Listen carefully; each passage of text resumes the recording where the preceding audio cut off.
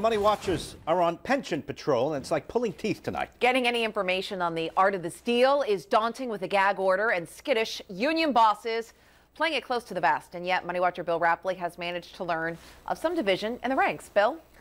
Well, Allison and Jean, some division and a whole lot of secrecy. This one court case that involves $4 billion in state money. That's money coming from you, me, and taxpayers for the next 20 years. The whole deal's being hidden as much as possible from the public.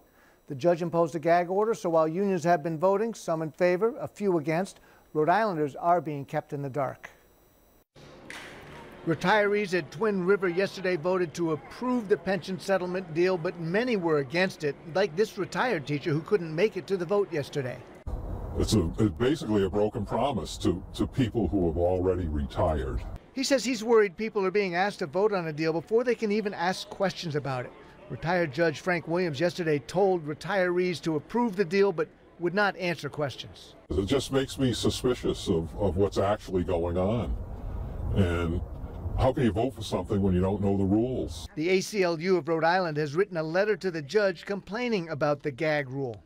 But now there's a vote that's been happening, and it's important that the gag order be removed because the pensioners have a right to know what they're voting on before they walk into the room. They have a right to understand the process. And the taxpayers, who are going to be tremendously affected by the outcome of the vote, have a right and an interest to understand exactly what it is that's being voted on. She agrees with our retired teacher who wants to know the rules of the vote.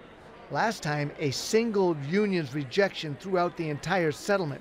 Already, several unions have reportedly shot down this plan, but we don't know what will be accepted. There are retirees who are out of state who we understand haven't been able to register their vote. There are retirees who are in state who weren't invited, didn't understand the process. We've certainly gotten calls, individuals questioning, when, if at all, they'll be allowed to vote. We don't have a way to answer that question. And they don't even know who to ask to get the answers to. We have learned a few details, like the retirees voted overwhelmingly in favor of the settlement, but the local unions are voting individually, that all the teachers' unions under NEA will be finished voting by Thursday. Other locals have rejected the agreement, but all of this from unofficial sources, and the process is as secret as the government can make it. A tough goal for Rhode Islanders to embrace. I'm Bill Rapley, NBC 10 News in the studio.